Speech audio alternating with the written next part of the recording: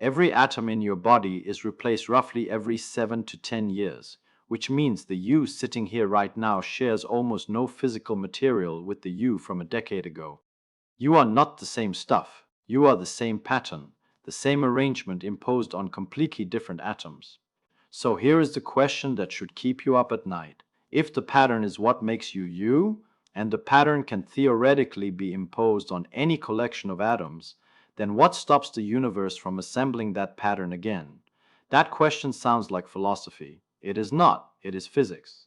And the answer, or rather, the extraordinary absence of a clear answer, tells you something profound about what you actually are, something that most people go their entire lives without confronting.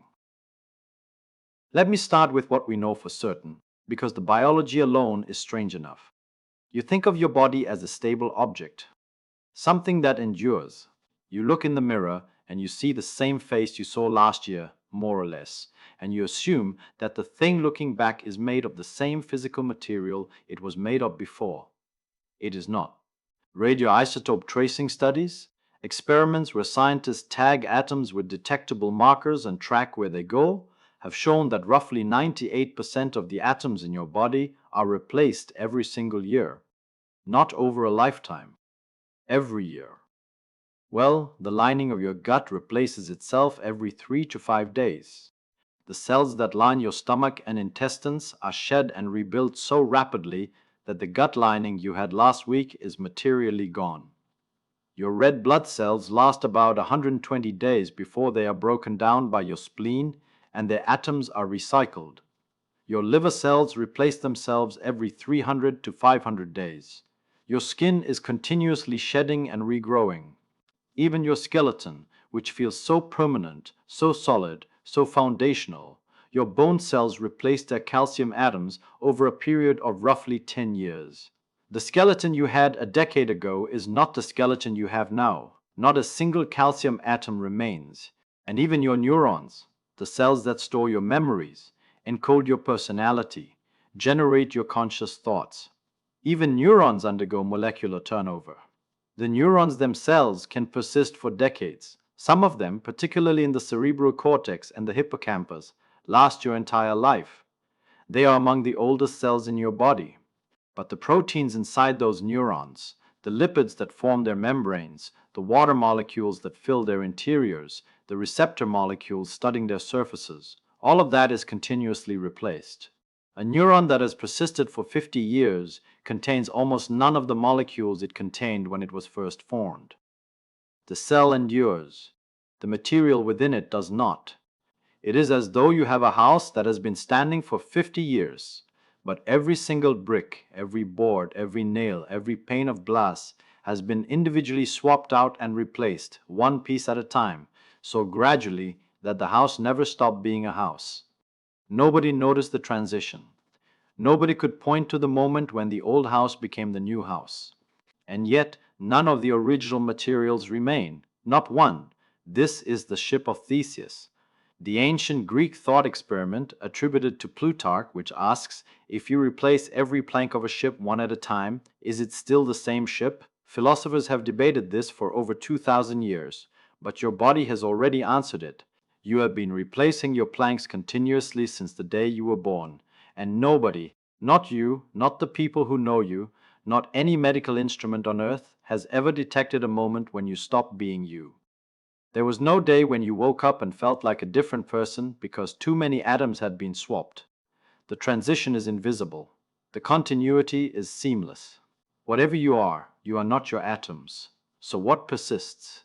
If the atoms leave and new atoms arrive, and the thing that is you continues without interruption, then the atoms were never what made you you. What persists is the pattern, the arrangement, the specific spatial configuration of matter. Which atom sits next to which, how they are bonded, how they are folded, how they are connected across billions of molecular interactions happening simultaneously. The information encoded in the geometry of your body. The shape of the thing, not the thing itself. And here is where I need you to slow down and really absorb this, because most people nod along at this point without actually feeling what it means. It means you are not a physical object in the way you intuitively believe you are. You are not a collection of matter. You are a specific arrangement of matter. And the matter is temporary, interchangeable, and constantly in flux. You are closer to a wave than a particle. A wave moves through water, but the wave is not the water. The water stays roughly where it is. The wave moves on, maintaining its shape while the medium flows through it. You are the wave. The atoms are the water. Now, think about that carefully, because the implications are enormous. If you are the pattern and not the atoms, then your identity is informational, not material. You are not a thing. You are a specific arrangement of things. And the particular atoms involved do not matter. Any carbon atom will do. Any hydrogen atom will do. The atoms are interchangeable. Only their arrangement is unique. This might sound like an abstraction, but there is a principle in quantum mechanics that makes it far more concrete and far stranger than it first appears. And it is this: all atoms of the same type are not merely similar, they are identical. Perfectly, fundamentally, absolutely identical. There is no hidden serial number on an electron. There is no microscopic scratch on a carbon atom that distinguishes it from any other carbon atom. This is not an approximation or a limitation of our instruments. It is a foundational principle of quantum mechanics called the indistinguishability of identical particles, and it has been confirmed by every experiment ever conducted. You see, in classical physics, you could imagine two billiard balls that look the same but are, in principle, distinguishable. This one has a scratch, that one has a slightly different mass. At the atomic level, this is not the case. Every electron in the universe has exactly the same mass, exactly the same charge, exactly the same spin, exactly the same spin, exactly the same magnetic moment. If you swap two electrons, no measurement in the universe can detect that the swap occurred. They are not just similar, they are the same thing. The mathematics of quantum mechanics requires this. The wave function of a system of identical particles must be either symmetric or antisymmetric under exchange, which is only consistent if the particles are truly indistinguishable. Now follow this to its conclusion. When a carbon atom in your brain is replaced by a new carbon atom through normal metabolism, what actually happened? The old carbon left and a new, different carbon arrived, but the two carbons are identical. There is no property that distinguishes them. In what sense was a replacement made? You cannot say the old one left and the new one came, because there is no way, even in principle, to tell them apart. It is as though you had a row of identical white tiles, removed one from the middle, and put an identical white tile back in its place. Did anything change? At the deepest level of physical reality, the answer is no. Nothing changed. The atoms were not replaced in any meaningful sense, because there was never a distinction between the old atoms and the new ones to begin with. The pattern is not something that heroically survives despite the replacement of its components. The pattern is the only thing that was ever there. There was never anything else to be. The atoms were always interchangeable. The information was always what mattered. You were always a pattern. You were never stuff. Let that settle for a moment, because everything that follows depends on understanding this. If you are a pattern, if you have always been a pattern, then the question of your identity, your uniqueness, your persistence through time, and your fate after death all become questions about information, not about matter. And information obeys different rules than matter does. Matter is conserved. Information can be created, destroyed, copied, transferred, or scrambled. And the rules governing what can and cannot happen to information turn out to be some of the deepest laws in all of physics. So the question becomes, could your pattern occur again? Let me tell you about a man who thought about this question over 100 years before anyone else took it seriously. Ludwig Boltzmann, the Austrian physicist who essentially invented statistical mechanics, the mathematical framework that connects the behavior of individual atoms to the large-scale properties of matter, like temperature and pressure and entropy. Boltzmann was brilliant and tormented in roughly equal measure. He saw deeper into the statistical nature of reality than almost anyone of his era, and he spent the last years of his life in bitter, exhausting disputes with colleagues who refused to accept that atoms were even real. Ernst Mach, one of the most influential physicists in Europe, publicly argued that atoms were a useful fiction, not a physical reality. Boltzmann defended the atomic hypothesis with everything he had, and it wore him down.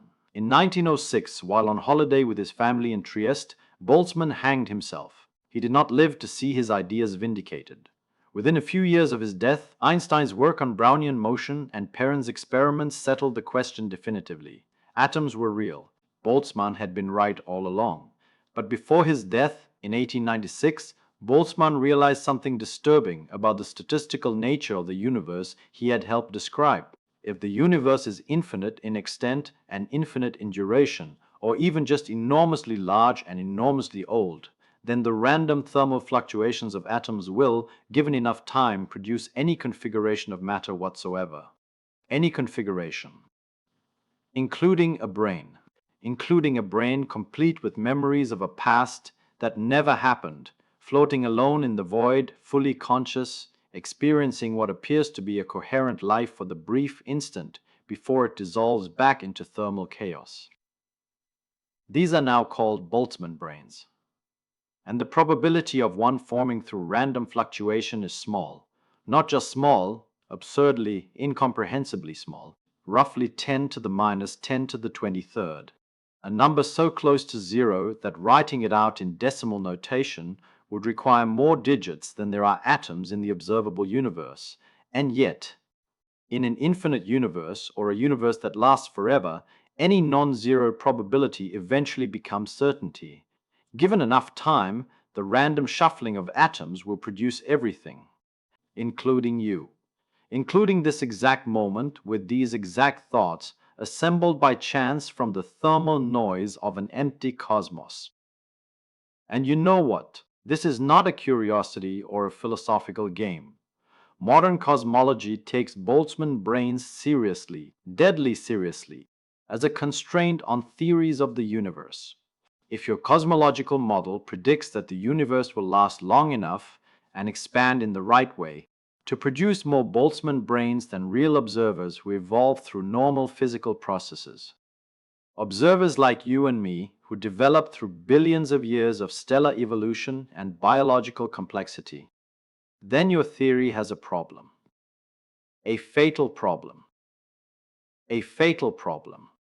Because it would mean that a randomly assembled brain hallucinating a universe is more probable than an actual universe containing actual observers who evolved within it. Several serious cosmological models have been modified or rejected specifically because they predict too many Boltzmann brains. The question of whether the universe can reassemble a conscious mind by accident is not science fiction. It is a live, active constraint on our best theories of the cosmos. Here is the thing. The timescales involved are so enormous and the probabilities so vanishingly small that for any practical purpose, the answer is clear. The specific pattern, that is, you will not recur by random chance during the lifetime of the observable universe. Let me give you a sense of the numbers, because the numbers are where intuition fails completely. Your body contains roughly 7 times 10 to the 27th atoms. That is 7 billion atoms. Your brain alone contains roughly 10 to the 26th. 100 trillion atoms arranged in a specific three-dimensional configuration that encodes everything you know, everything you remember, everything you are. The number of possible arrangements of that many atoms in space is a number so large that it makes every other large number you have ever encountered feel microscopic. The number of atoms in the entire observable universe is roughly 10 to the 80th. That is a large number. But the number of possible configurations of the atoms in your brain is not 10 to the 80th. It is not 10 to the 1000th. It is not 10 to the millionth. It is closer to 10 to the 10 to the 26th, a number with 10 to the 26th digits. Writing this number in standard notation with 1 digit per atom would require more atoms than exist in the observable universe just to hold the digits. The space of possible brain configurations is so incomprehensibly larger than anything the physical universe contains that the two quantities exist in entirely different mathematical realms. The probability of the exact arrangement that constitutes your brain occurring by random chance is, for any time scale shorter than a cosmological eternity, that may itself never come, effectively zero. Your pattern is functionally unique, not just in the history of the Earth, not just in the history of the galaxy, in the entire observable universe across its entire 13.8 billion year history. The specific arrangement of atoms that is your brain at this exact moment has almost certainly never existed before, and will almost certainly never exist again. You are not just rare, you are, in any meaningful physical sense, singular. The universe made you once. The math says it will not make you again by accident. But, and this is where the question turns, what about design rather than chance? What if the pattern were not left to the blind shuffling of atoms over cosmological timescales? What if it were recorded and deliberately reconstructed? Here is a thought experiment. Imagine you could take a snapshot of your brain at this exact moment. Every atom, every bond, every synaptic weight, every protein folded in its precise configuration, every water molecule in its exact position, a complete, perfect atom-by-atom record of the physical state of your brain. Now imagine you could take a fresh collection of atoms, carbon, hydrogen, oxygen, nitrogen, all the same elements in the same quantities, and assemble them one by one into that exact configuration. The same arrangement, the same bonds, the same geometry, down to the atomic level. Since every carbon atom is identical to every other carbon atom, and every hydrogen to every other hydrogen, the resulting structure would be physically indistinguishable from your original brain. No measurement could tell them apart. Every physical property would be the same. Every neural connection would be the same. Every memory encoded in synaptic weights would be the same. Would it be you? This is not idle speculation. It is a question that the physics of identity forces us to confront. If identity is pattern and the reconstruction is a perfect pattern match, then the answer should be yes. If identity requires something beyond pattern, some continuity of substrate, some unbroken chain of causation, some quality that cannot be captured by a physical description, then the answer is no, and nobody knows which answer is correct. Physics does have something to say about whether such a reconstruction is even possible, and the answer is surprising. Now, quantum mechanics introduces a complication here, and it is an important one. In 1982, physicists William Wouters and Wojciech Zurek proved what is called the No-Cloning Theorem. It says that you cannot make a perfect copy of an unknown quantum state. This is not an engineering limitation that might be overcome with better technology. It is a fundamental law of nature. The linearity of quantum mechanics mathematically forbids it. You cannot duplicate the quantum state of a system without disturbing the original. Period. This has a consequence that feels almost like it was designed to preserve identity. You cannot be copied. You cannot exist in two places at once. There will never be two of you, because the laws of physics forbid it at the most fundamental level. Not because of some mystical principle of uniqueness, but because of a mathematical theorem about the structure of quantum information. But, and this is crucial, you can be transferred. Quantum teleportation, first demonstrated experimentally for individual particles in 1997 by Anton Zeilinger and his team in Innsbruck, works by destroying the quantum state of the original particle and recreating that exact state at a new location. The information is not copied, it is moved. The original ceases to exist. The reconstruction comes into being, and the reconstruction is not an approximation or a replica. At the level of quantum mechanics, it is the same state, the same information, instantiated in different matter. What this means for the question of identity is remarkable. Physics says you can be moved, but you cannot be duplicated. The pattern, that is, you could, in principle, be transferred to a completely new set of atoms, but only by destroying the pattern in the original atoms. There can only ever be one of you at a time. The universe enforces this not through some metaphysical rule, but through the mathematics of quantum information itself. Whether the transferred pattern would still be you, whether it would have your subjective experience, your inner life, your consciousness, that depends entirely on a question that sits at the center of everything we have been discussing. Is consciousness the pattern, Or is consciousness something beyond the pattern, something not captured by even a perfect physical description of the arrangement of atoms? This is not a new question. It is the hard problem of consciousness wearing a different mask. David Chalmers asked it in 1995, and nobody has answered it since. But the pattern identity framework makes the question sharper, more urgent, more concrete. Because if consciousness is the pattern, then you are already surviving a form of death every day. Every atom that leaves your body and is replaced by an identical atom is a tiny death and resurrection that you never notice because the pattern, the thing that matters, was never interrupted. You have been dying and being reborn continuously for your entire life, and the seamless continuity of your experience is proof that the pattern is what matters, or at least it is strongly suggestive evidence. But if consciousness is something beyond the pattern, if there is some additional ingredient, some quality of experience that cannot be captured by describing which atom is bonded to which, then all of this becomes far more uncertain.